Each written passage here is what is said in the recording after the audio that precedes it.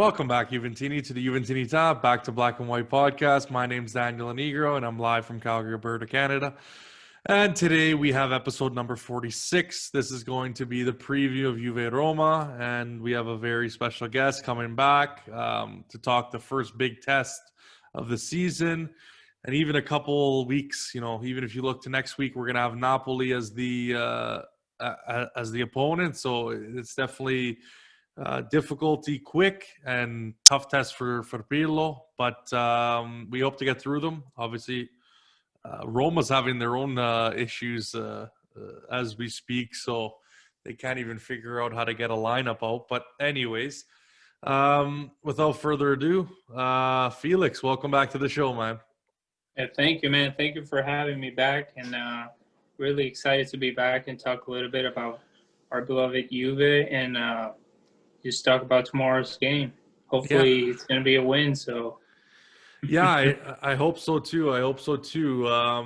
It's going to be good to see an actual test, though, like an actual opponent. I'm not saying that Samp was not the greatest opponent, but they kind of were sitting back from what I saw. We'll get into that a little bit later, but our fellow Juventino from Nebraska. Every time I look at my stats, I kind of know who are the people watching. So I see Nebraska lighting up on my Podbean calendar.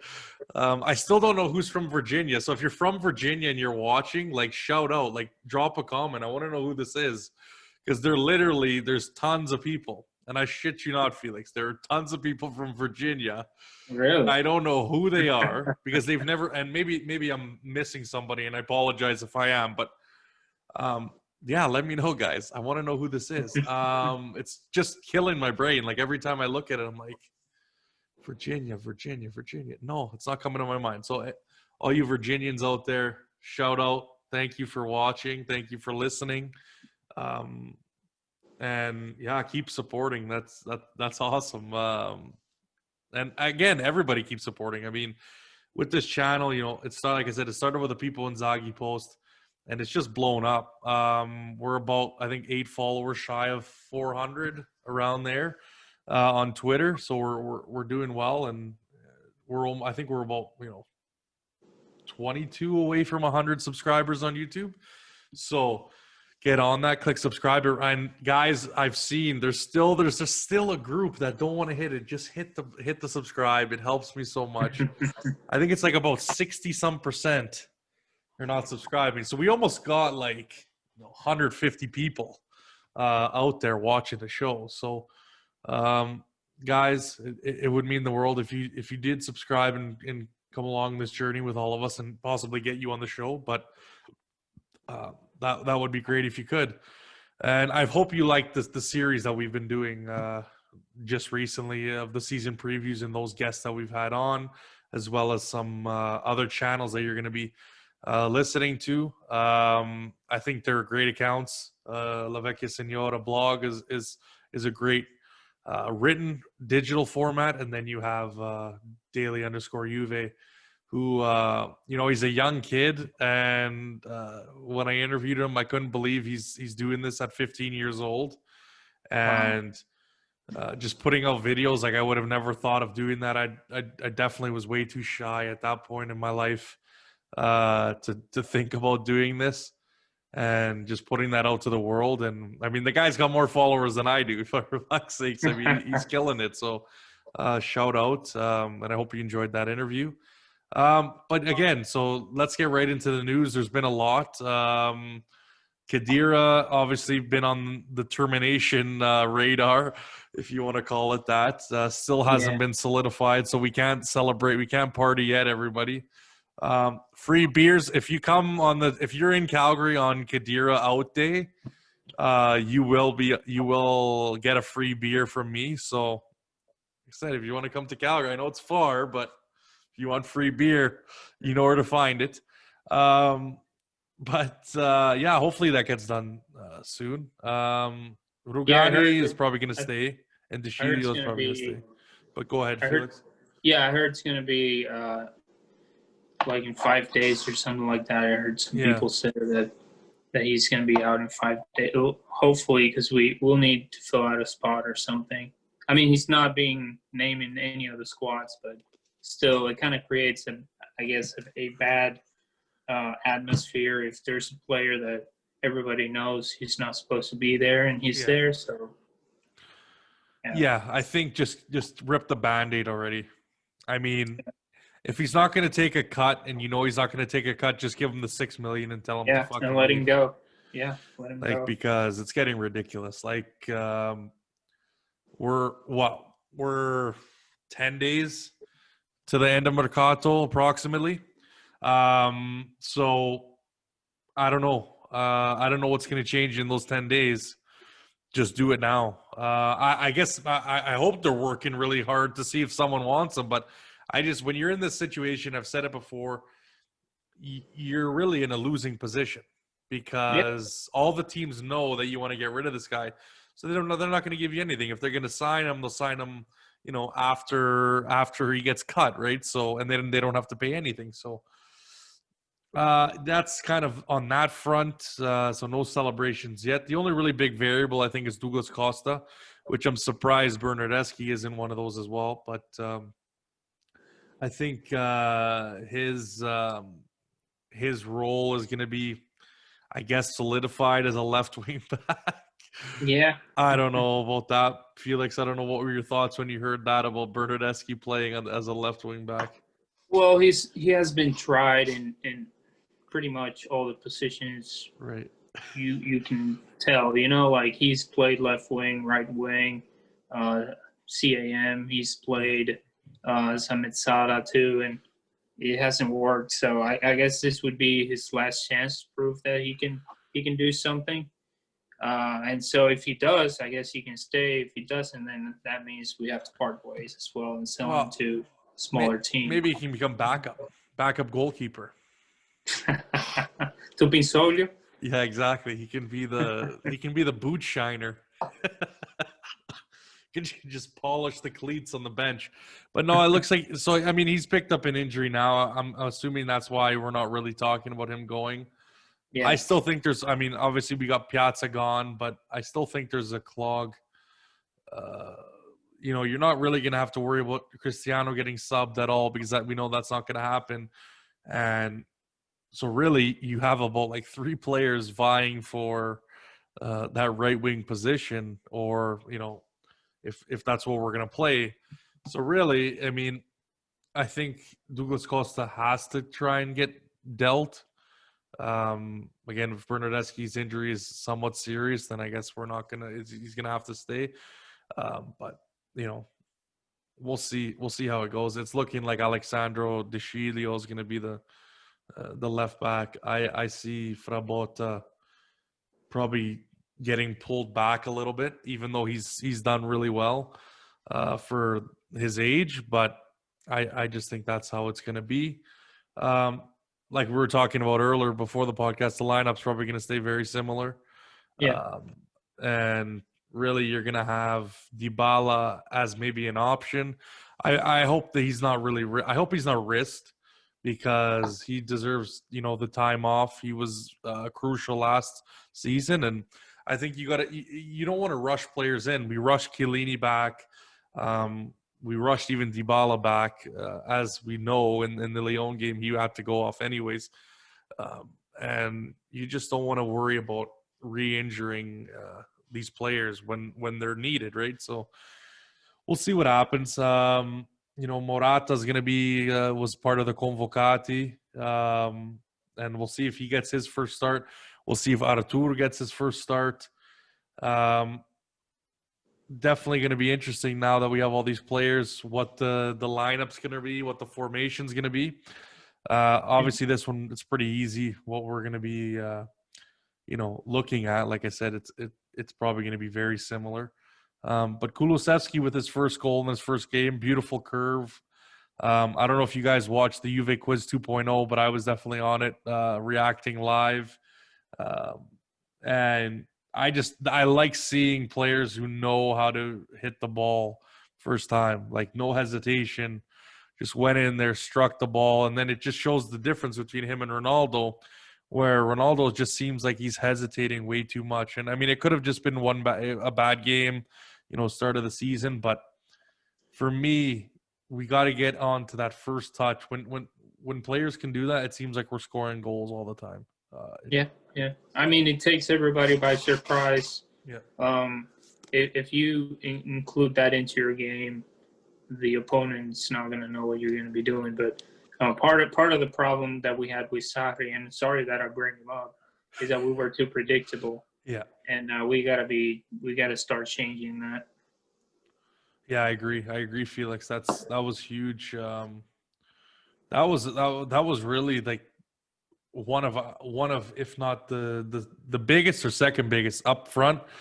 We didn't know where to run. It's like everybody was like everybody had a lobotomy before the game. They don't know what the hell to do. They don't know to run left, right, straight, or sideways, backwards, forwards, anywhere to save their lives. So, first game was good in terms of that. I thought there was good movement. But yeah, Kulusevski getting his first goal in his first game, like other Juve legends such as Baggio, Vieri, Inzaghi, John Charles, Sivori. So he joins a pretty illustrious group. Hopefully he can continue on that. That would be awesome. As we all know, Luca Pellegrini joined Genoa on season-long loan. As you guys might know, to my dismay, I mean, it is what it is, but I don't think it should have happened. I think I really highly doubt his attitude issue. I don't know what your thoughts about that are, Felix, but so Pirlo kind of talked about it today, and he didn't refer to any attitude issues. And even if that was the reason, he was not going to say that, anyways. Obviously, but he did say that he needed to play more regularly, and he wasn't going to be playing regularly at Juve. Yeah, And that he needed to be ready for the Euro next year. So, which, it's kind of like a boilerplate kind of response where you have to say the right thing, but some of us are disappointed. But to be honest with you, he wasn't that good last year. So if that serves as a comfort for everybody to, hey, he's not a big deal yet, so don't worry. Well, like I was telling everybody last year, I mean, if you looked at the stats, and I know he was injured, Alexandro performed better, I would say. Maybe not in the goals category, but definitely stats-wise, defensively, and tactically, I think he had a better season. I don't like the way it all happens. We get this under 23 player, and maybe that's my old Juventus mind kind of thinking. Not necessarily not to bring the young players in, but we have the Shilio who clearly everybody could see out. And sure, that's fine. Bring in the young guy, but use them as your depth. So whether that be Pellegrini as your backup and you can move him on the right side if we need him, it would have been nice to have. I see a young player, a potential, even someone to fight. And it's funny, as much as me and Al go back and forth about, who we think is better, and Al thinking that he was gonna take over his role by like the third week or whatever he said. Now he's gone. So no, it's, to me, you got to have the right players in the right spot. And I don't mind if Alexandro was getting, and now they're talking about Telles from, which I thought was signed by PSG. I don't know when that didn't go through.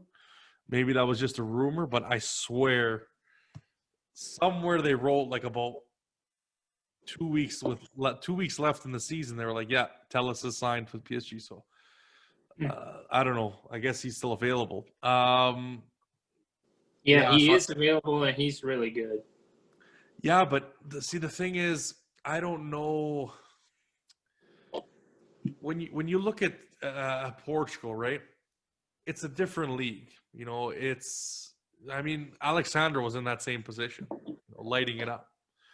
So what's to say that we bring in Telles and we don't get the same thing? Maybe even less defensively sound as Sandro is. I don't know. 25 million. It's like we're trading, two used cars that have similar value. Is it really worth making the swap? we have something here that works.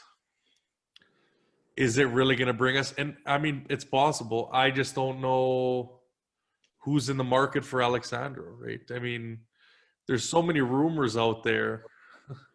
Well, he's injured now, so. Well, I mean, I think it's only going to be for a month? I think it was. So there's your doubt there. But it's tough. I mean, we got to get rid of players too, right? Like, where's the money coming from? So Douglas Costa is going to have to go. And I mean, yes, they've been talking about Wolves and this and that. And, also DeScilio's rumored with this. And so Man U wants Khedira. Like, honestly, who do we pay like, we got to be paying teams. Like, we got to be paying journalists to be putting these stories out because really, who is asking for Khedira? Like, why is, like, I have my best friend's a Man U fan. And I told him about that one, and he says, no way in hell. He's shocked with the midfield they have now, as is. I mean, they got Bruno Fernandes and a couple other pieces, Pogba. But he's like, we're going to add Khedira? Like, are you shitting me? Well, they have Matic. Well, there you go, right? So it's like, I don't know who puts this shit out. I really don't. I don't get it. They just make up, and then exactly, right. And if they're right, they're gonna say, "Oh, I was right," and then they're gonna quote their tweet and say, "Oh, we were right," and then when they're wrong, they just disappear and they don't say anything. Exactly. And that's my problem with the market and the transfer talk that goes on, and it's just like it's literally. He did say it was the right thing to do to send Pellegrini on loan. I don't know. I get what you're saying with that one. DeScilio's available. Like, if you say it's the right thing to do so he gets a chance to go play, right? And it's like, you can't honestly tell me that he didn't find, especially now, like you said, that Alexandro's gone. I don't know. Again, with the team. We've been doing that for years now, so we shouldn't be at least surprised. sell them then. Like, to me, it would have been more of a telling sign if they were like, Genoa, pay for him, give us 30 million, 40 million, and he's yours. I would have said, okay, you know what? That tells me that he's not good enough. And, we're going to recoup something from him. Someone else can use him. But to just send him on loan again, like, what do they expect? Are they waiting till the market gets better so they can do that? Maybe. But I don't know. I'm hating the situation right now. It's really it's just tough to see the vision, right? Like, if this guy is supposed to come in and he's going to give you depth, and now all of a sudden you're going to lean back on DeScilio, what's the point? What's the point? But obviously they've been working good. In technically, and the players have seemed to have liked what he's bringing to the pitch. Obviously, if you've heard of Ramsey's comments saying they're having more fun now. Dybala's obviously made the convocati. Like I said, I hope he doesn't make the squad or doesn't play tomorrow. Yes, like you said, Artur, a long time of inactivity, but I don't know. I think that might be a little bit of reluctance, and I hope that doesn't turn in, like I said, into an Allegri thing, where he stops playing, certain players because they're not ready or he doesn't have faith in them. So, right. Yeah. We'll see. I doubt that we do that, just because of the amount of money that we spend on Arthur. Yeah. So true. I don't think that's going to happen. And he's gonna be playing out there, and when he gets the chance, he'll have to play good to keep playing. Kind of like, I don't know if you remember when we had Patrice Evra, and then Alexandro at the same time when Evra got injured, and then we put in Alexandro for a little bit, and he did really good, and that's how he actually got the position. Yeah, playing really good. So he's gonna have to do something similar to that to get a starting spot. Yeah, true enough. We'll see. But I was happy with Frabotta. Like I said, it's a bright spot to actually see some youth coming in Yeah. and actually getting a chance to show their skill, and that I have no problem with. That I have no problem at all. I hope it's not like what Alexandro experienced, and then you get someone who's reliable, and then you lean on him like a crutch, and then you burn the guy out, like what we've seen the past 2 years. And it's just then you get more problems than successes. So obviously we needed Juan Cuadrado to take his Italian exam to obtain citizenship because of the stupid. Well, these in that rules, case, for him it doesn't matter because the actual rule is you can sign 2 non-European players per transfer window. So it doesn't even matter if he had the citizenship or not for that particular reason.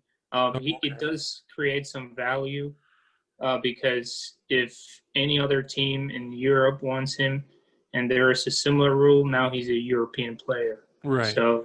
So he has more value, quote unquote. Yeah, because he's a European player now. So well, it just seems like all of these players are now.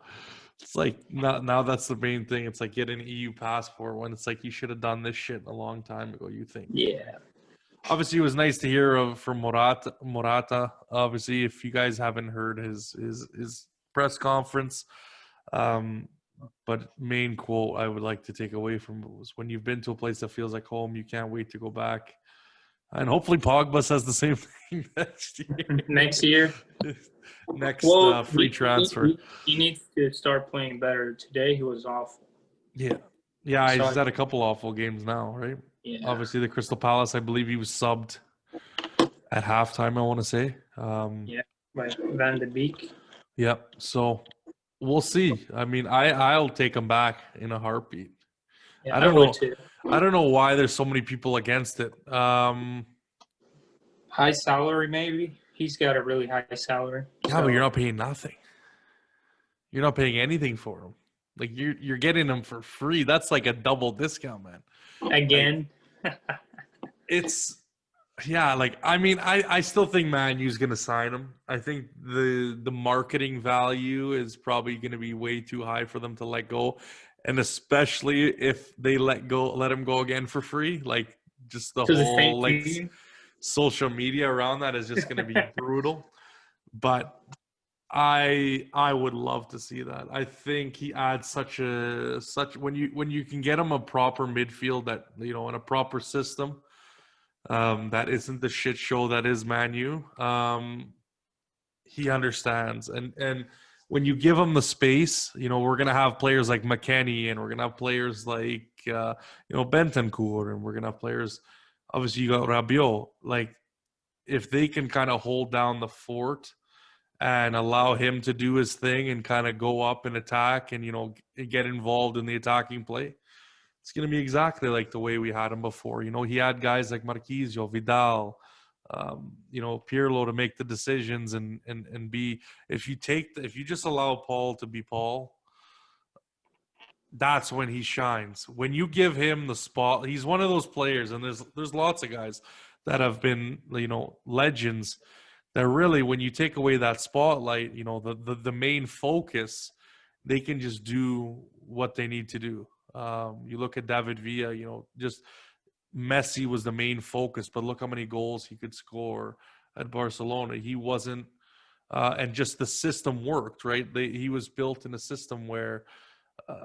you didn't really have you had a false nine, so to speak. But who was David Villa before Barcelona? I mean, sure, he played for various clubs, but I think.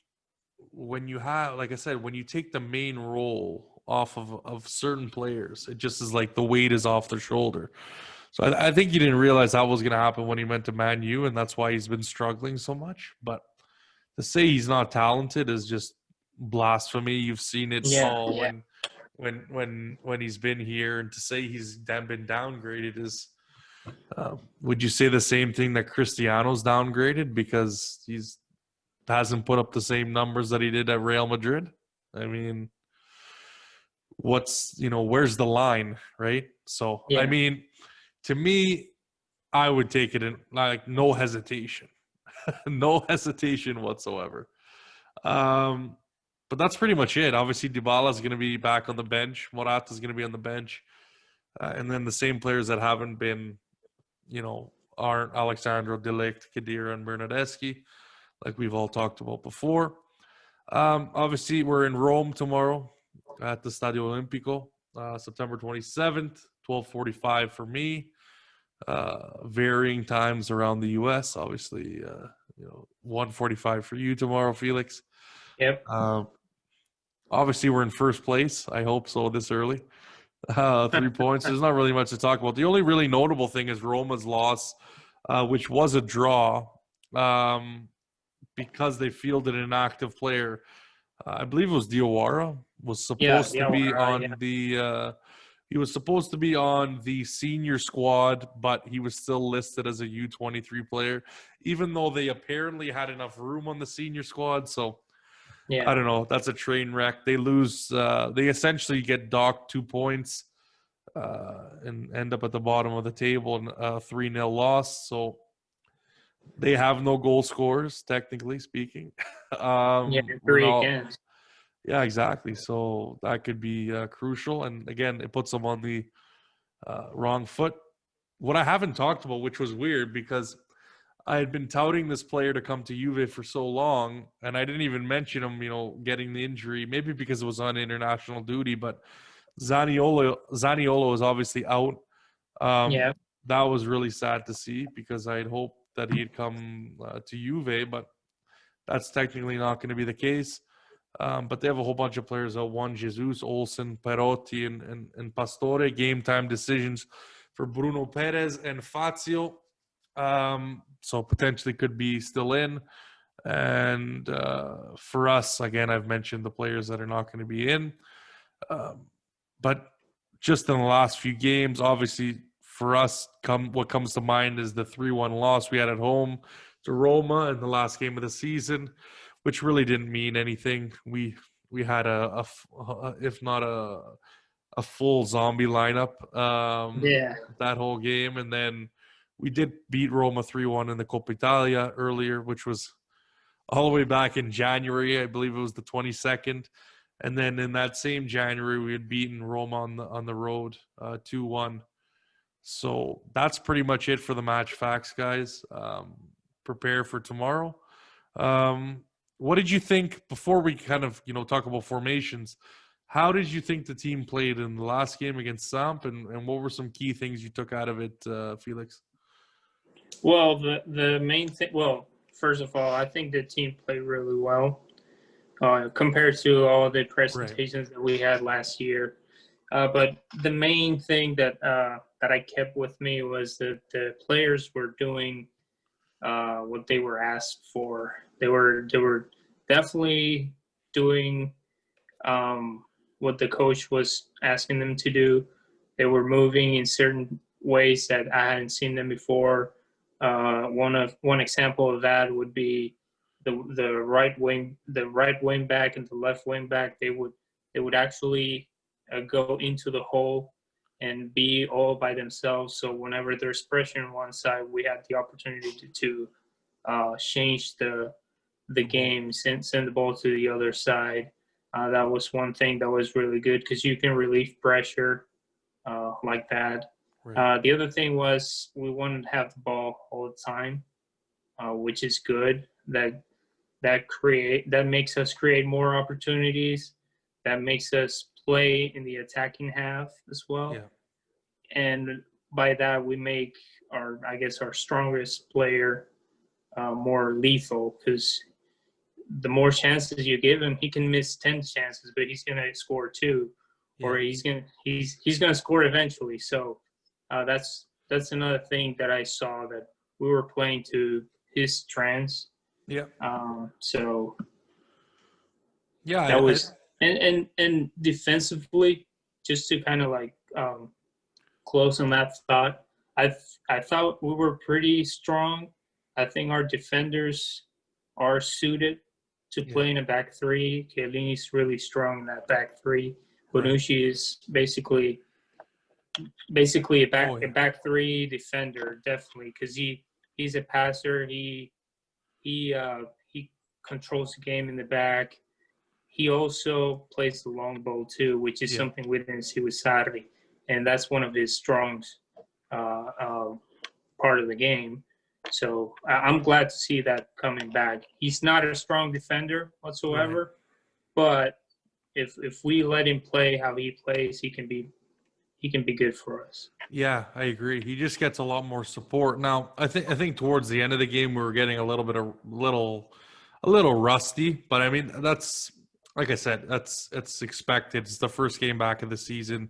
You have new players in there, new formation, new philosophy. Well, not necessarily new philosophy, but different style. Getting used to it again, coming back. So I mean, again, we played a pretty good game.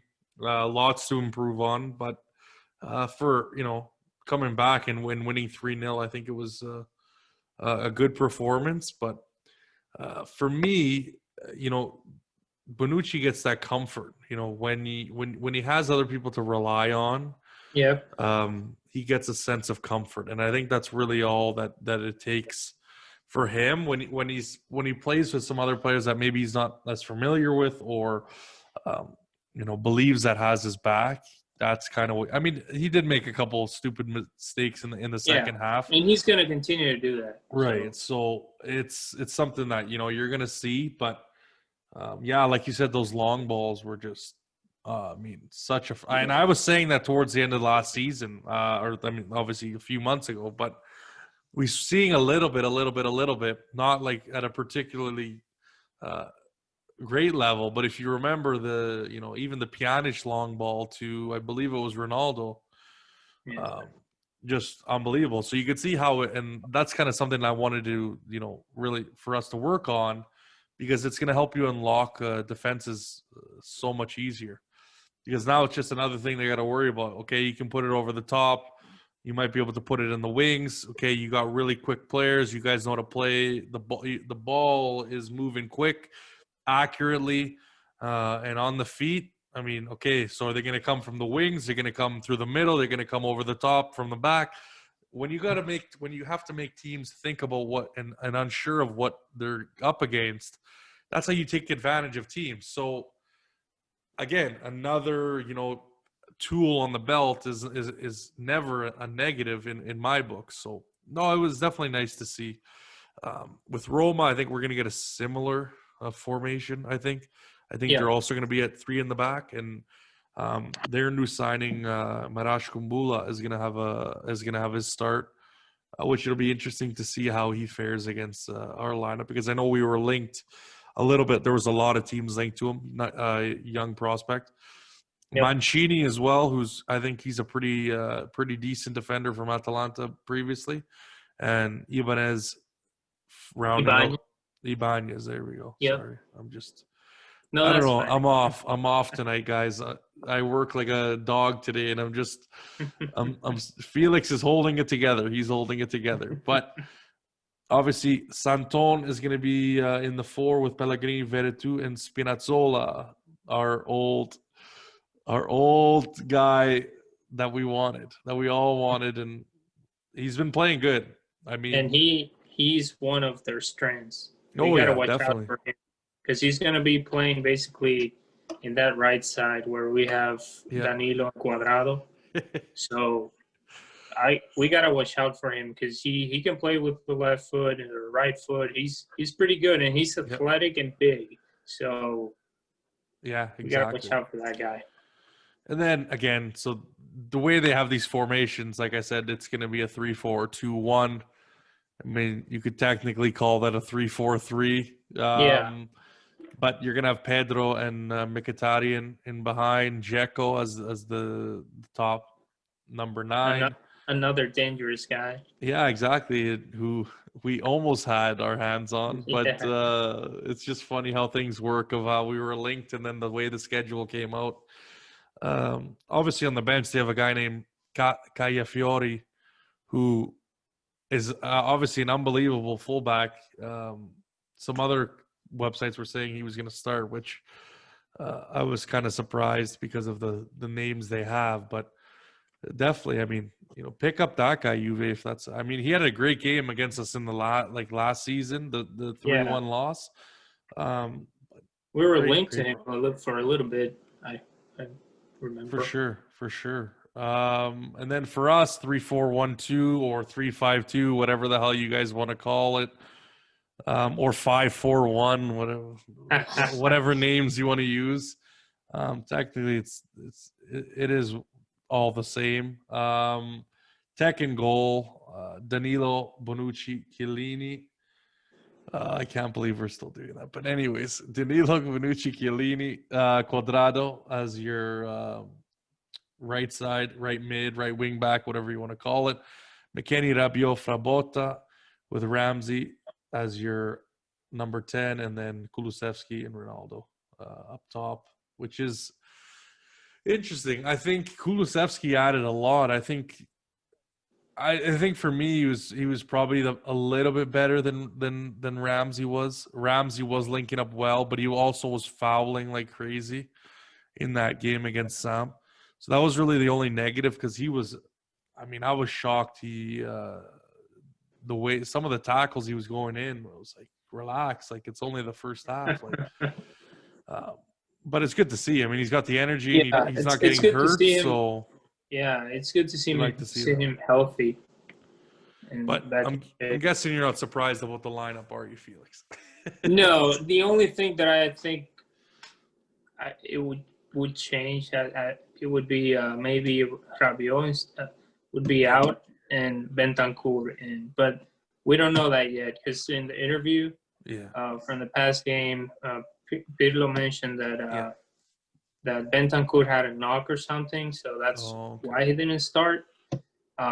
Again, he's new to the job. He's probably saying all the correct things, right? But we might see Bentancur tomorrow, right next to McKennie. Yeah, and exactly. if you notice in that last game, or first game, I guess, Bentancur actually was the one that created that opportunity of goal for Ronaldo. He passed it to Ramsey. Ramsey takes it, passes it to Ronaldo. So I think Pirlo will notice that and give him more time. Exactly. And I mean, for me, I'm still not 100 on this formation. Like, I don't know if you guys seen on Twitter, but I posted my ideal 11.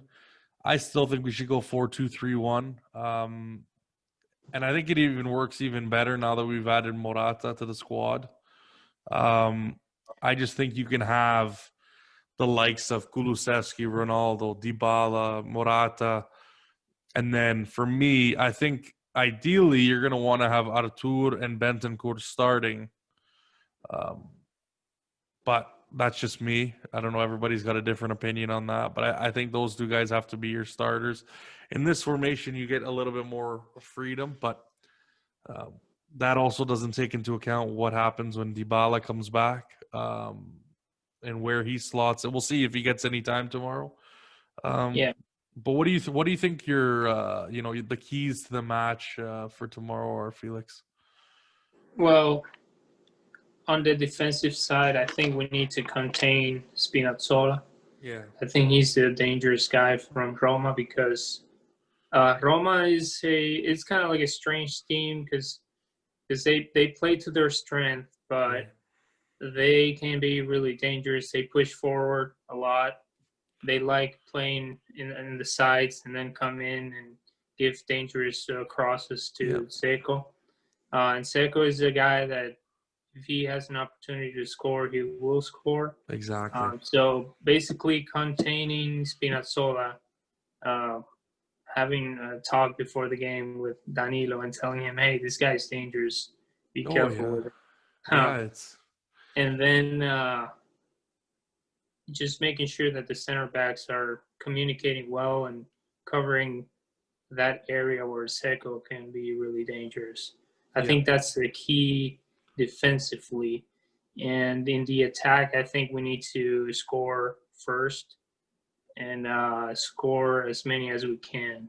And Yeah. then close the game, control the game. And we've done it a lot of times against Roma before, where we score a couple goals, we control the game, and it all That's goes it. well. It doesn't feel like a big game, sometimes, but they can be really dangerous, despite having a bunch of injuries or anything like that. They have Mkhitaryan and Pedro, which are pretty quick, and they're crafty too, so they can create something out of nowhere.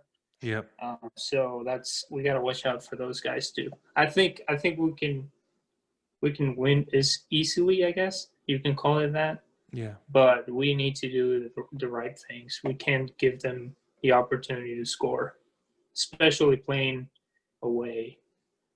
Yeah. So it's I agree 100% with your analysis there on the containing, the wing, and obviously, really not giving Dzeko enough chances. Don't let the deflect, because I mean he's good holding up the ball. So Yeah, and he seems to find the ball, finds his foot somehow or another. So for me, again, nullify the wing play, nullify any, and what that means on our front as well is, from what I noticed in the last game, is making sure the passes are crisp and we're not giving the ball away easily.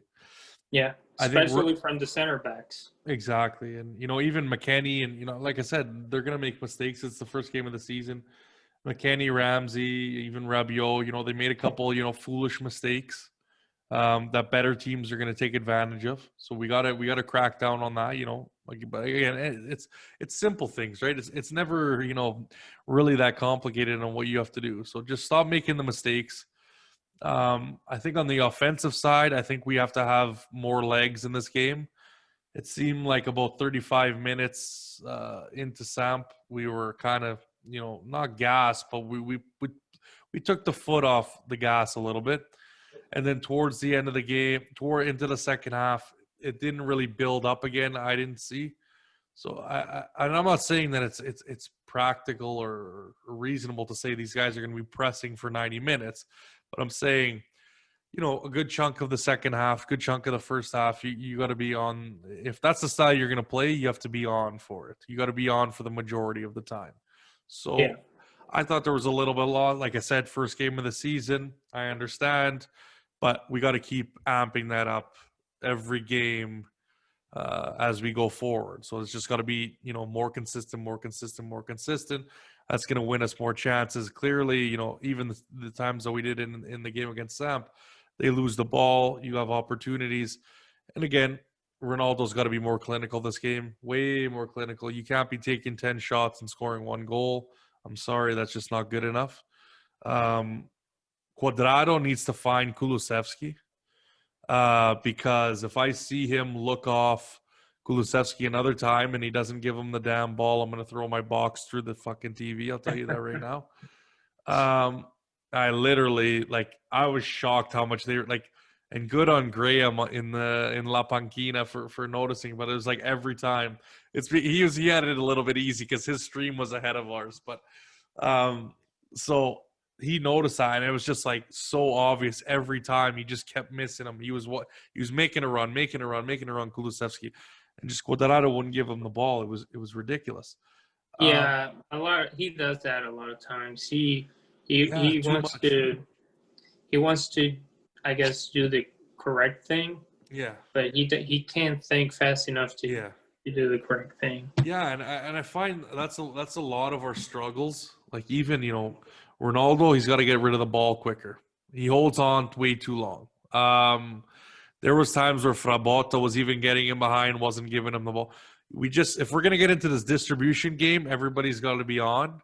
And like you said, if Cuadrado gets those balls out, Ronaldo distributes. All these guys make the right, first time. Like I said, getting back to first time. Quick.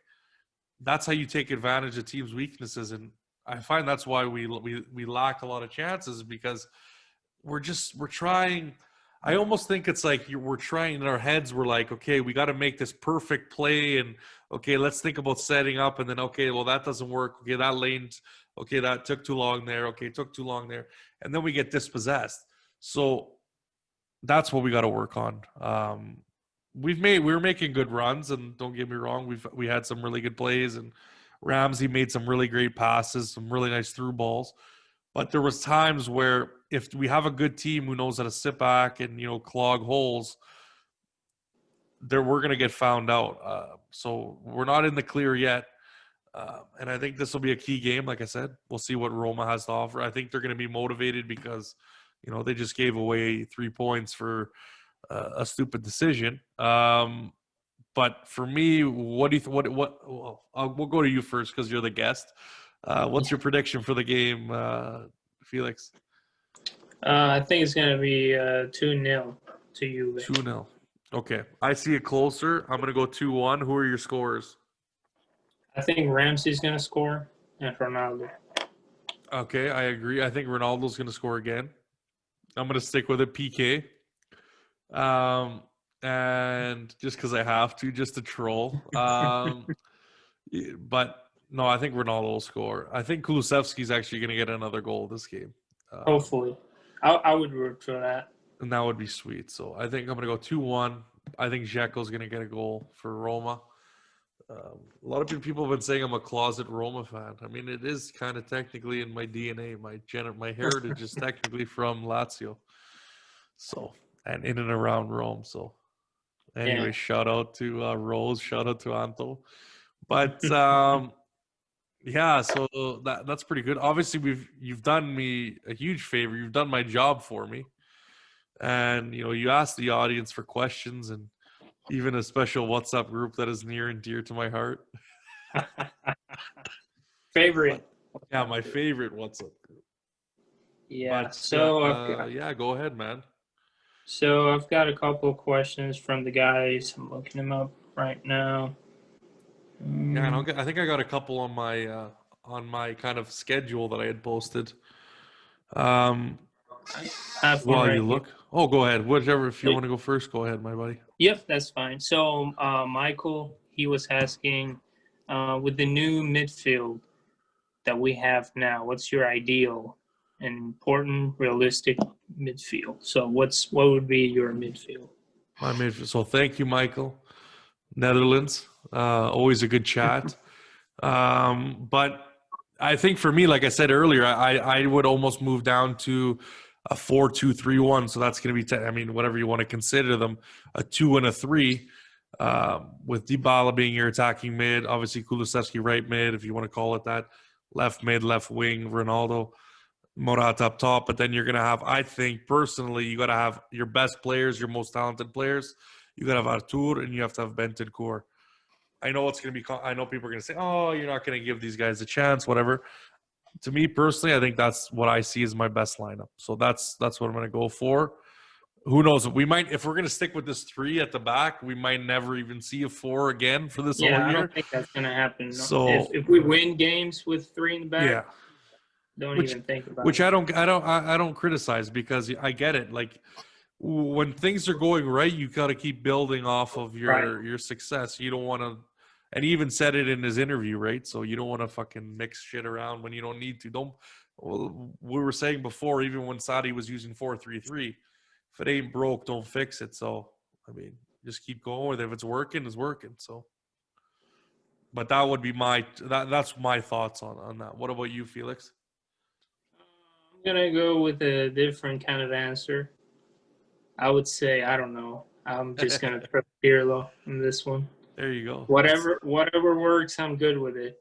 I'm not gonna pick and choose. Yeah.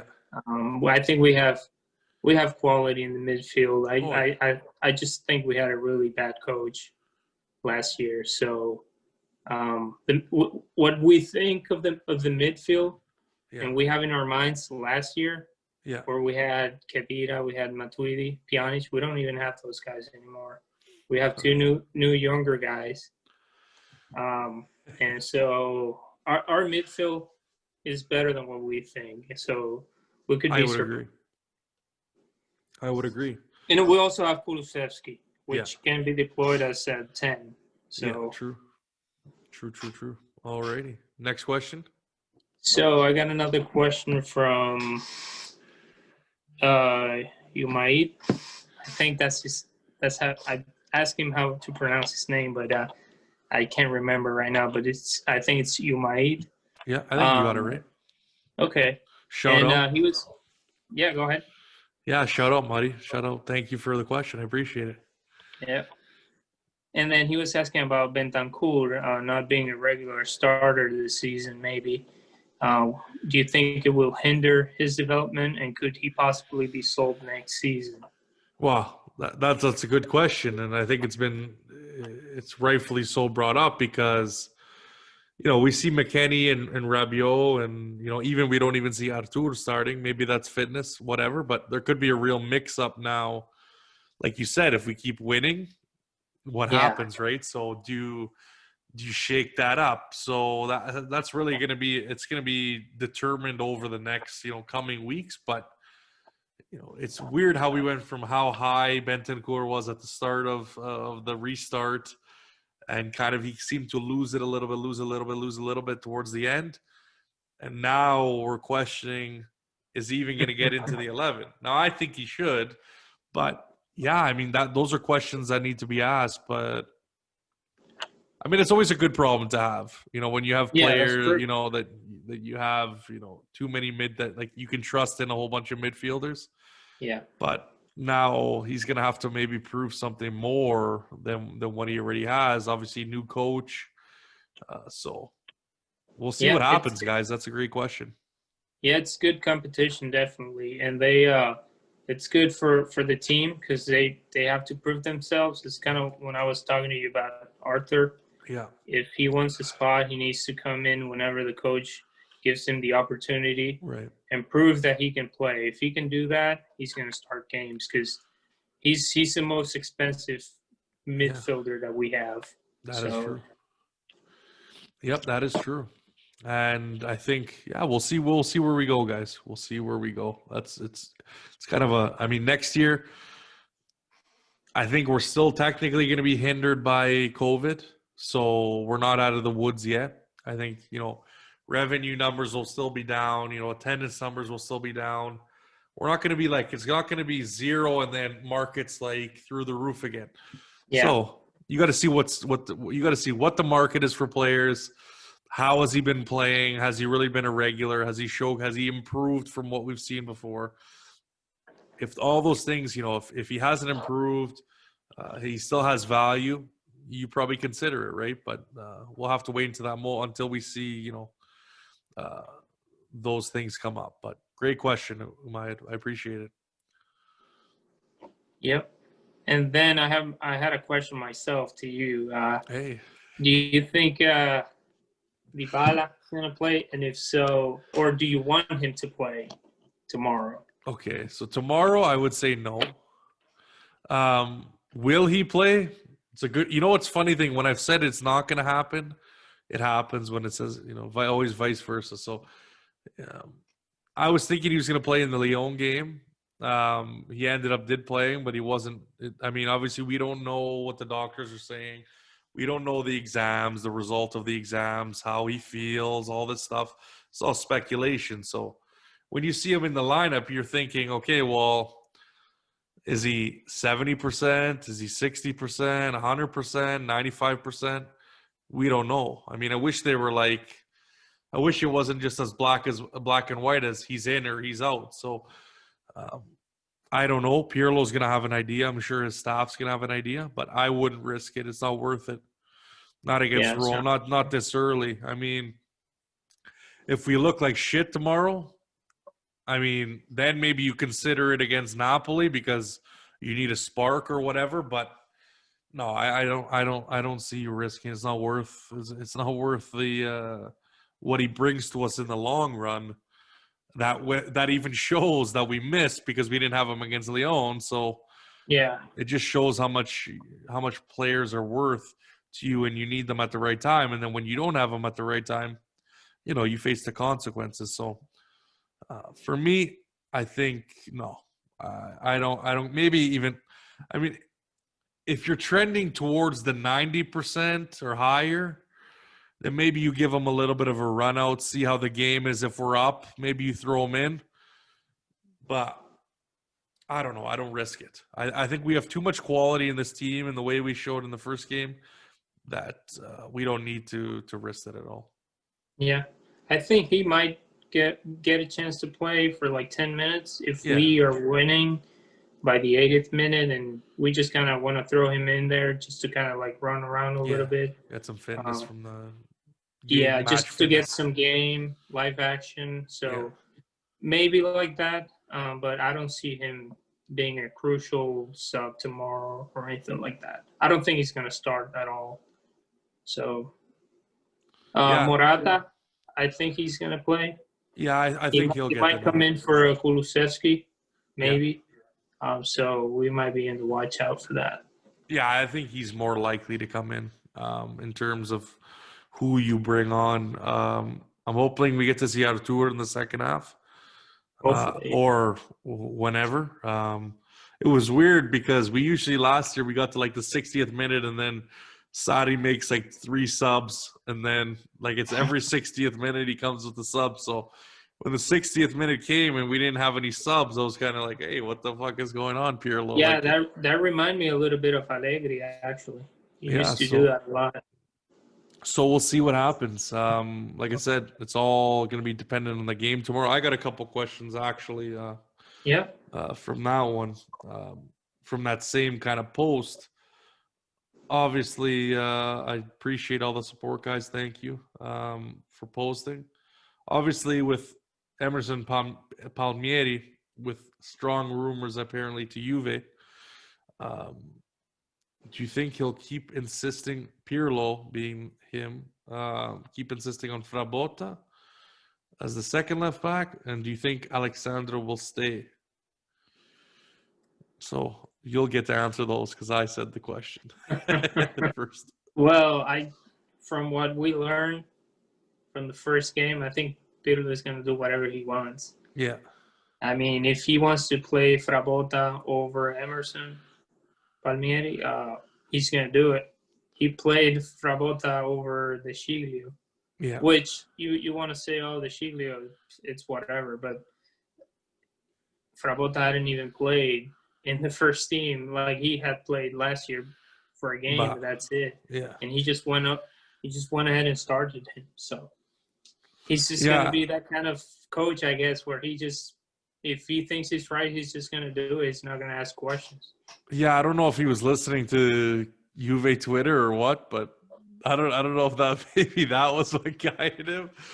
But it was definitely a shock when I saw that on the I was prepared. Obviously, I was trying to get content out that morning, hearing about Pellegrini, and then all of a sudden we're preparing to get the La Panchina going, and then it's like, shit, Frabotta's coming in. What the hell's going on? So, I mean, I don't think Alexandro's going. He is injured, so it's going to be tough to get.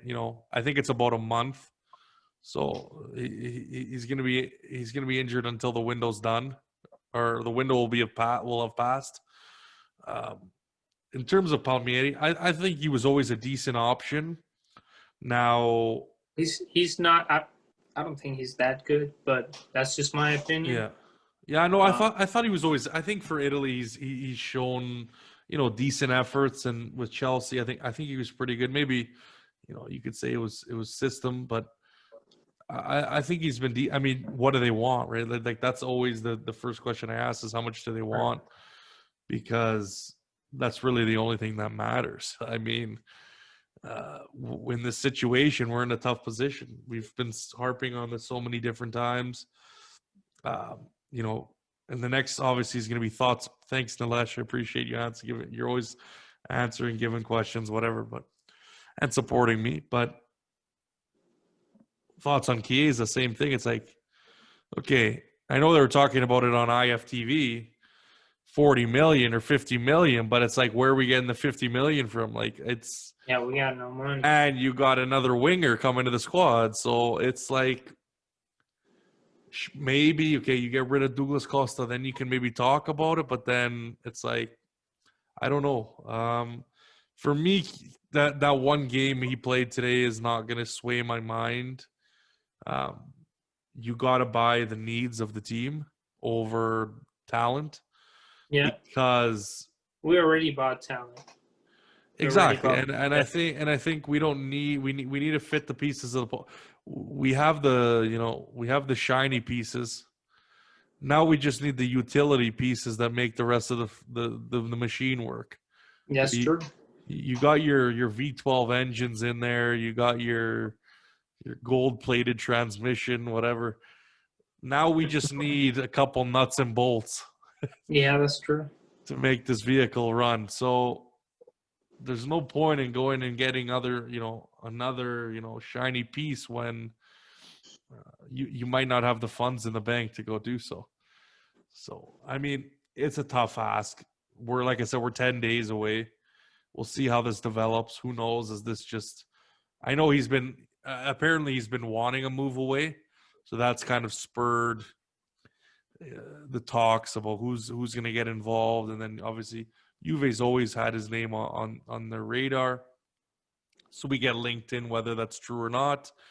I don't know. Milan's also been talked about a destination, but for us, I don't see it. I don't see us going ahead and giving that money for a player that we essentially don't need. I mean, sure, you could say he's going to be a player who's going to give us extra quality, but what happens if he turns into Bernardeschi again? Like, he just, he doesn't. He's a great player initially, but he just doesn't fit into that system. And then he has a couple bad seasons. Like, that's what I worry about as well. You go to spend this kind of money. What happens if he's on the bench, right? And that's what he's gonna have to accept, right? We got to remember we have Kulusevski in. Now, if you're gonna say, okay, well, we move him back to the midfield, okay, well, who else is getting the shaft because of that, right? Is Ramsey going to the bench? Does that mean Dybala's not starting? So it's like it's a domino effect of, okay, it's not just as easy as, okay, he's a great talent. And I know a lot of people have that argument. You always pick the best talent out there. I think there's always going to be plenty of talent, whether you're talking hockey, football, whatever, calcio, whatever it is. There's always plenty of talent. Well, your job is to being able to build, obviously, with the formation you want, and build out with the right pieces, to have squad depth in those positions to play the way you want to play. So that's just me. I know you commented on that post, but if you want to tell everybody what your thoughts are, just so I can hear it. The reason I think why we want Chiesa is to have him as a right middle or right wing back, however you want to call it. Same position that he played today against Inter. So if you think about it, if you look at our squad, the only player that doesn't have a direct replacement is Cuadrado.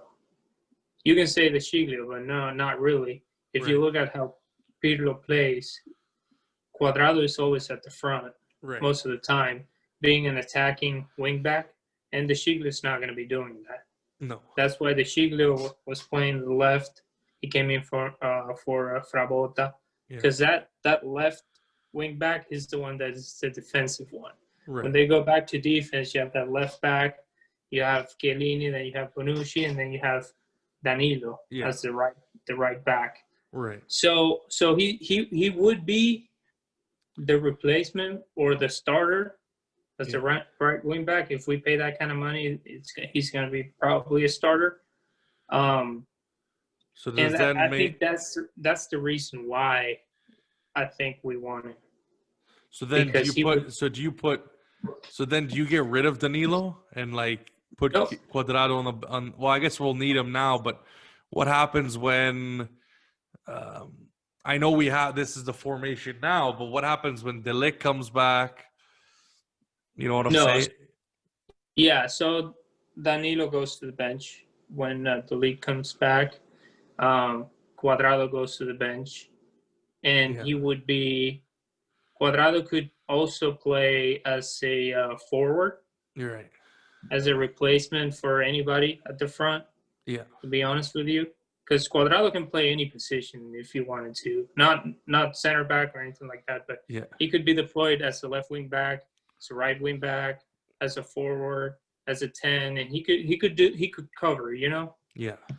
So he would be a utility player in my opinion, and Chiesa would be the starting right wing back. Obviously, we would have to get rid of Douglas Costa, and so Cuadrado could basically come in and be, I guess, that super sub, I guess you can call Yeah. it that way. That's how I think Juve is thinking right now if they sign Chiesa.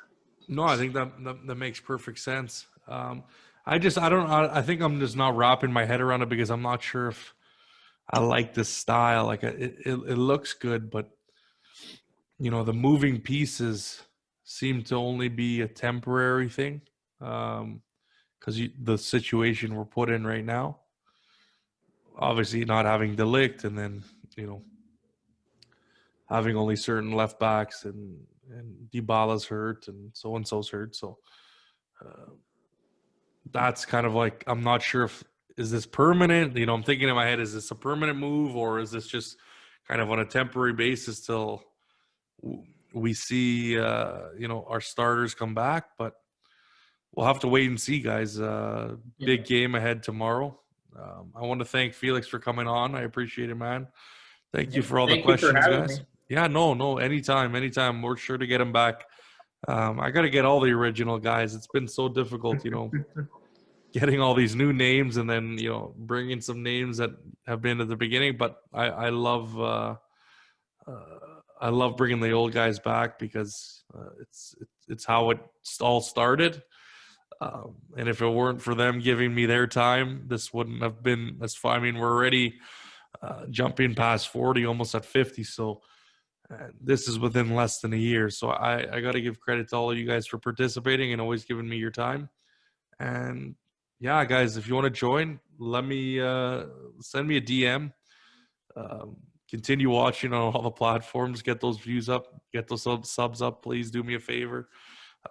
It really just helps motivate me. And, as much as everybody talks about, followers, this, that, and really it's just for the love and getting to talk to you guys and seeing you after, a little bit of time. It's always nice talking even before the show or after the show. But yeah, just for motivation, validation, it's like, oh yeah, I'm doing something right. That's why I always say drop a comment. If you didn't like something, someone was even commenting about, the sunburn I had on my face because I wear my glasses at work and I work outside. I said, that's fine. I don't take it personally. I'll throw a little quick joke or a sly thing. If I think it's malicious, I'll probably, say something back. But comment whatever you got, questions, topics, whatever you guys want to hear. I'm always down to. And if you even want to collaborate, let's do something. Send me a DM. So we just want to have fun here. Talk Juve, talk about the games, talk about the transfers. Take away from our daily lives and our daily grinds and just have a good time. So, again, like I said, thank you, Felix, for coming on. Many more to come. And, guys, follow at all the usual platforms, obviously YouTube, iTunes, Spotify, Podbean, Google Podcasts.